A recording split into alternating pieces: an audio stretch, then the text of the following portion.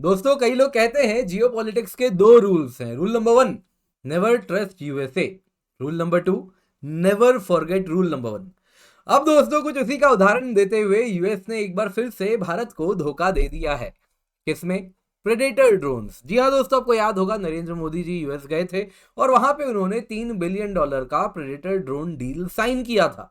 अब दोस्तों इस डील को पास होने के लिए यूएस कांग्रेस का भी अप्रूवल चाहिए था, लेकिन अब ये डील अटक गया है। यूएस ने ऐसा कहा है कि पहले जो पन्नू केस है उस पर भारत इन्वेस्टिगेशन करे, तभी जाके इस डील पर अब बात आगे बढ़ेगी। अब जाहिर सी बात है दोस्तों, यहां पे ये जो न्यूज है अगर आप देखें, वैसे तो ये दी वायर नाम की पत्रिका में आया है, लिखने वाले भी अजय शुक्ला जी हैं। तो इस न्यूज पर बहुत ज्यादा कहीं ना कहीं अगर आप देखें कितना सच कितना झूठ, इस तरीके से आप लेंस से भी इसको देख सकते हैं। लेकिन एट द सेम टाइम इस प्रकार का न्यूज बाकी पत्रिकाओं में भी मुझे देखने मिल रहा है। और दूसरी बात अगर आप देखें तो सामने वाली पार्टी भी यूएसए है, जिसके बारे में क्या कहा गया है, हेनरी किसिंजर ही कहते थे एनिमी ऑफ अमेरिका होना तो डेंजरस है, लेकिन अगर आप अमेरिका के मित्र हैं तो वो तो फेटल है। तो अमेरिका है तो संभव है, तो इसीलिए शायद ये न्यूज सही लग रही है कि टेम्पररीली इस डील को होल्ड पर डाल दिया गया है जब तक इंडिया पन्नू केस पर कुछ इन्वेस्टिगेशन करके ना दिखाए। तो अब दोस्तों क्या है पूरा न्यूज, पहले वो हम चर्चा करेंगे और साथ ही साथ एक बहुत ही इन्फॉर्म्ड ओपिनियन लेंगे कि क्या क्या इंडिया के ऑल्टरनेटिव्स हो सकते हैं। साथ ही साथ क्या हमें high altitude long endurance combat drones की आवश्यकता है। तो इसमें जो मैं ओपिनियन दूंगा ये मेरा नहीं होगा, यहाँ पे हम एयरफोर्स के बहुत ही सीनियर ऑफिसर हैं, उनका एक कॉलम है, उन्होंने क्या कहा है वो हम देखने वाले हैं, जिसके बेसिस पर हम अपनी राय बनाएंगे कि आखिरकार ये प्रेडेटर ड्रोन्स क्या सच में हमको आवश्यकता है इसकी। तो आइए देखते हैं। इससे पहले आगे बढ़ूं दोस्तों, आप लोगों से निवेदन है भारत संवाद को जल्दी से जाएं, जाके सब्सक्राइब करें, बेल आइकन दबाएं, इस वीडियो को लाइक करें और शेयर करना बिल्कुल भी ना भूलें। तो न्यूज में क्या है, न्यूज में है दोस्तों यूएस गवर्नमेंट ने जो 31 MQ-9A सी गार्डियन और स्काई गार्डियन ड्रोन्स की वो डिलीवरी करने वाला था, वो अगर आप देखें तो रोक दिया गया है। तब तक रोका गया है जब तक नई दिल्ली ये ना बता दे कि गुरपटवंत सिंह पन्नू को जो ढिशक्याऊ करने का मामला था उस पर मीनिंगफुल इन्वेस्टिगेशन ना हो गया हो। अब दोस्तों ऐसा हो तो हुआ तो नहीं था, बच तो गया ही है ये व्यक्ति, लेकिन इस पर अगर आप देखें तो वो कह रहा है कि इन्वेस्टिगेशन कीजिए। ये जो $3 बिलियन का पूरा डील था, जिसके अंतर्गत अगर आप देखें तो 15 सी गार्डियन ड्रोन इंडियन नेवी के लिए आने वाले थे, साथ ही साथ इंडियन एयरफोर्स और इंडियन आर्मी के लिए भी 8 स्काई गार्डियन ड्रोन्स आने वाले थे। अब ये रुक गए हैं। और इतना ही नहीं दोस्तों, हमें 6 Boeing P-8I long range maritime petrol aircraft भी लेना था, कहा जा रहा है वो डील भी रुक गया है। अब दोस्तों क्यों अटका है आपको बता देता हूं। यूएस कांग्रेस, ऐसा उस न्यूज का कहना है कि यूएस कांग्रेस में लोग नाराज हैं, जिस प्रकार से पन्नू को है ना अब वीर गति प्राप्त करवाने का प्रयास किया जा रहा था, उससे वो बड़े नाराज हैं। उन्होंने कहा है कि जो लेजिस्लेटिव मूवमेंट जो यूएस कांग्रेस में बिल पास होना था वो उन्होंने रोक दिया है। और ये कहने वाला कौन है, तो ये अगर आप देखें तो वायर का सोर्स है, जो कि वो नाम नहीं बता रहा। वायर क्या कह रहा है, टॉप लेयर ऑफिशियल है यूएस पॉलिसी मेकिंग में, इसको आइडेंटिफाई नहीं कर सकते, है ना, वो मीडिया से बात कर नहीं कर सकता। तो ये मतलब है ना, मेरे घर के भी पास एक पान की दुकान है, वहां बहुत भीड़ लगती है, तो वहां भी 4 लोग कुछ कुछ बात करते रहते हैं, तो वो भी एक सोर्स हो सकता है। और वो भी एक सोर्स को मैं किस प्रकार का नाम देके दुनिया में बना सकता हूं, तो कुछ वैसा भी हो सकता है। लेकिन सामने वाली पार्टी यूएसए है, तो चलिए वायर को हम दे देते हैं कि चलिए सही कह रहे होंगे। तो उनका कहना है कि देखिए जो यूएस कांग्रेस में लोग हैं ना, वो बहुत ज्यादा कंसर्न्ड है कि किस प्रकार से निखिल गुप्ता नाम का व्यक्ति भी पकड़ा गया है और वो चेक रिपब्लिक में है अभी, और उसको यूएस भेजा जाएगा। इससे वो बड़े नाराज हैं, कैसे इंडिया हिमाकत कर सकता है यूएस में ऐसा करने का, और इंडिया को इसका सबक सिखाया जाएगा, उसका जो ड्रोन का डील है वो रोक दिया जाएगा। ऐसे कह रहे हैं जैसे कि हमें ड्रोन वो खैरात में दे रहे थे। खैरात में नहीं साहब, आप $3 बिलियन का ये डील है, और इसके लिए आप बहुत ज्यादा खुश हुए थे जब ये डील आया था, क्योंकि आपके पास भी वो पैसे आने वाले थे।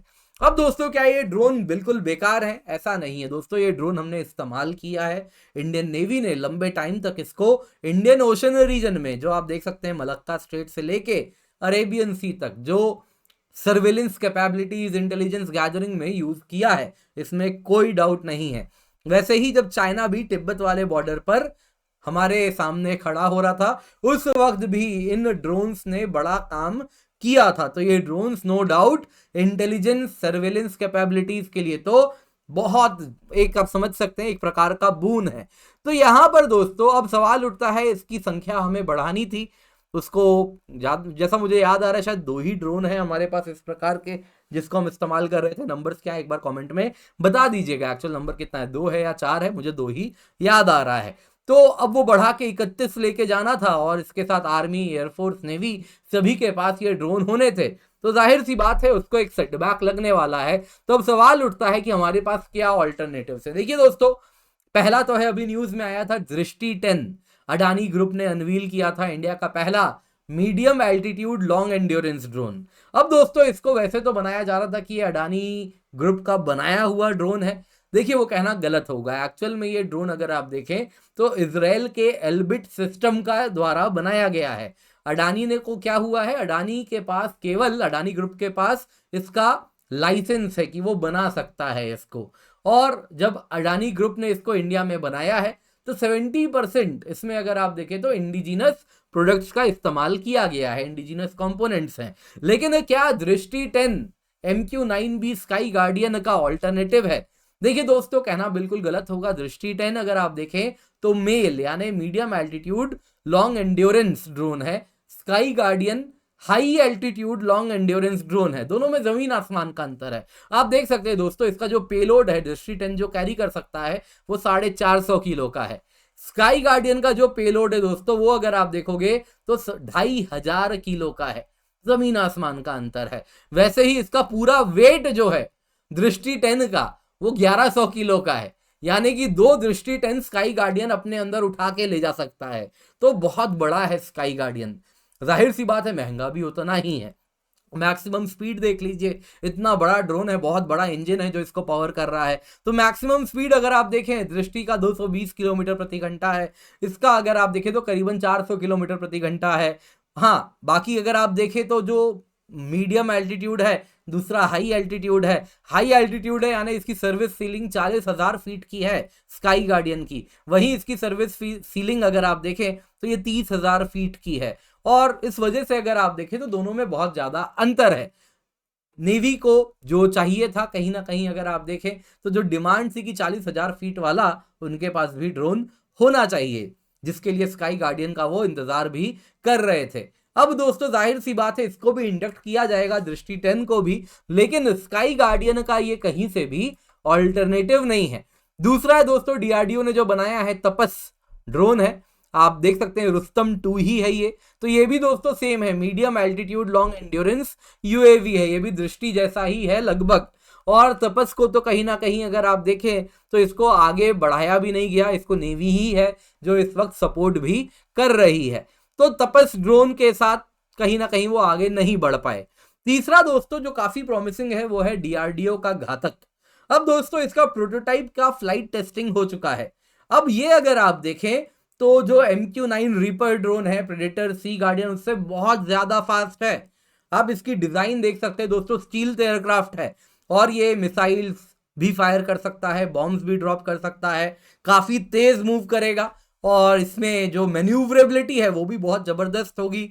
एनिमी रडार से डिटेक्शन इजीली अवॉइड कर सकता है। तो ये जो होगा ये नेक्स्ट जनरेशन कहीं ना कहीं ड्रोन टेक्नोलॉजी में होगा। अब दोस्तों दिक्कत क्या है कि इसका अब तक प्रोटोटाइप का ही फ्लाइट टेस्टिंग हुआ है।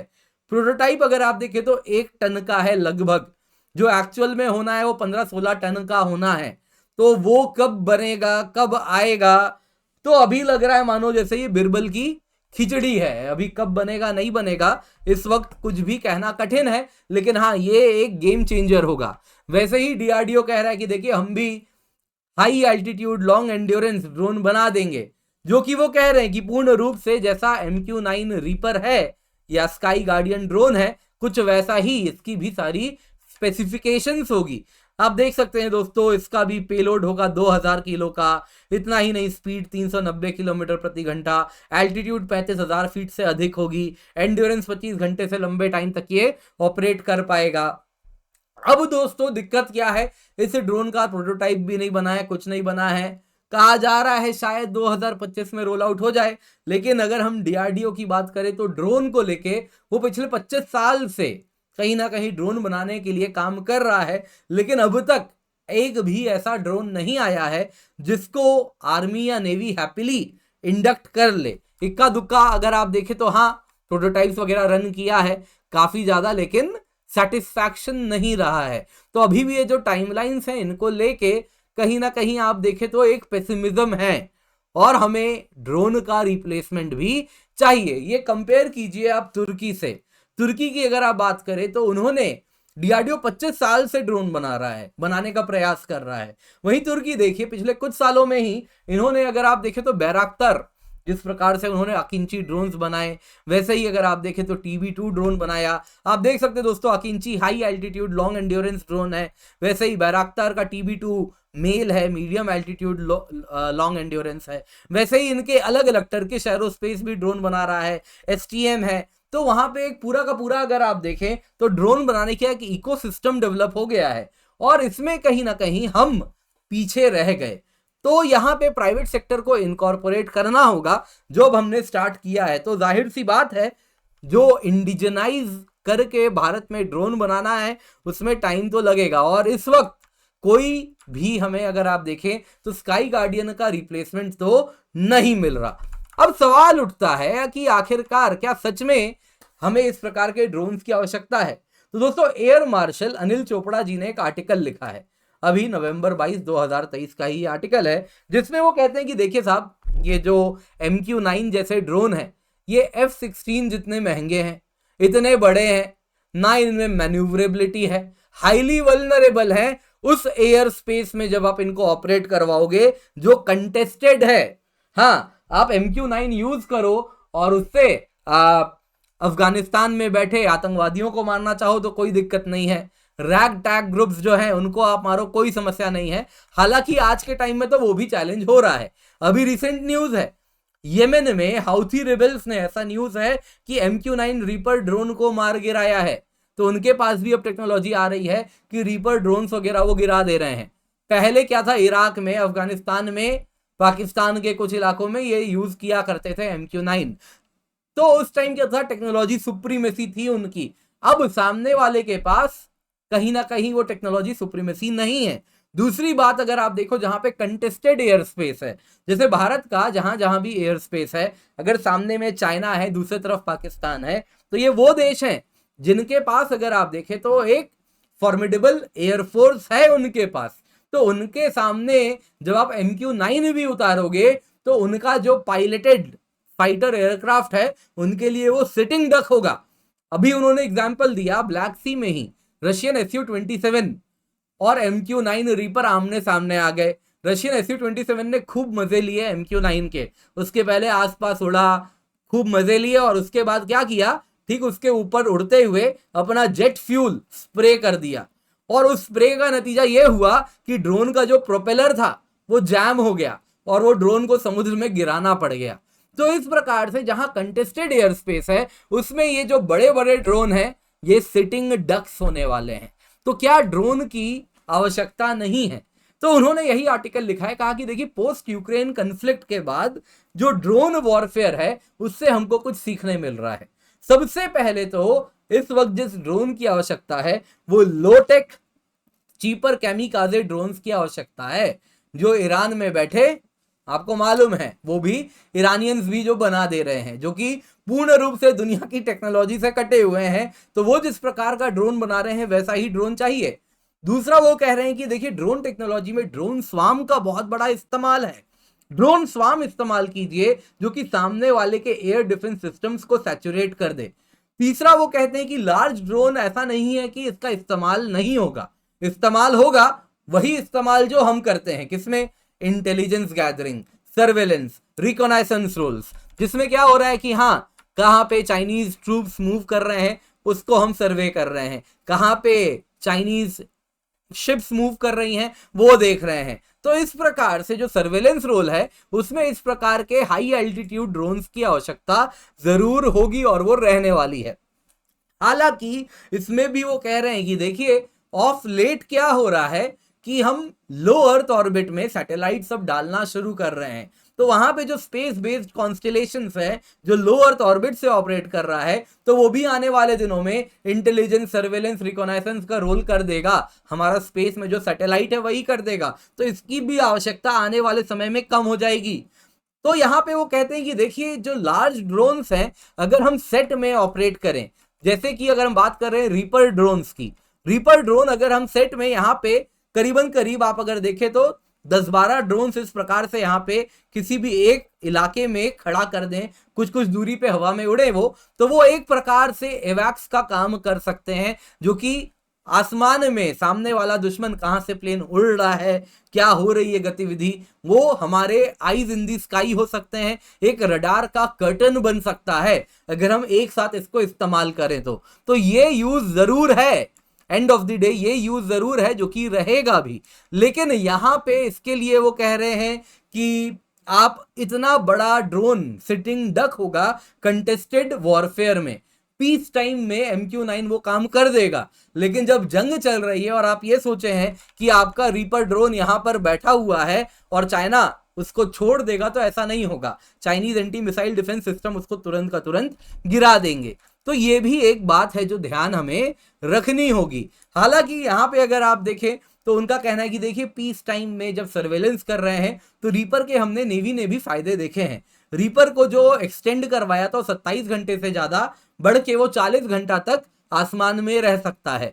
तो इस वजह से P8 पोसाइडन की तुलना में उसको ऑपरेट करना बड़ा सस्ता है, तो ये भी उसका एक फायदा जरूर है। लेकिन एंड ऑफ द डे आप अनमैन्ड कॉम्बैट एरियल व्हीकल में लार्ज ड्रोन अगर यूज करेंगे तो रशिया ने जो किया वही होगा, सिटिंग डक्स होंगे। तो उसमें आपको क्या चाहिए, इस प्रकार के DRDO घातक वाले डिवाइसेस, रादर ये वाले जो प्लेन से अनमैन्ड कॉम्बैट एरियल व्हीकल है, ये हमको डेवलप करना होगा, क्योंकि इनकी मैन्यूवरेबिलिटी है, हाई स्पीड है, रडार इवेडिंग कैपेबिलिटीज है। तो ये हैं वो ड्रोन्स जो कॉम्बैट फॉर्म में हमें फ्यूचर में जिस पर रिलाई करना है। आप ये मत सोचिए कि आप अमेरिकन ड्रोन ले लेंगे और स्काई गार्डियन के द्वारा आप कॉम्बैट कैपेबिलिटीज उससे फुलफिल करवा लेंगे, तो वो ज्यादा काम नहीं आएगा।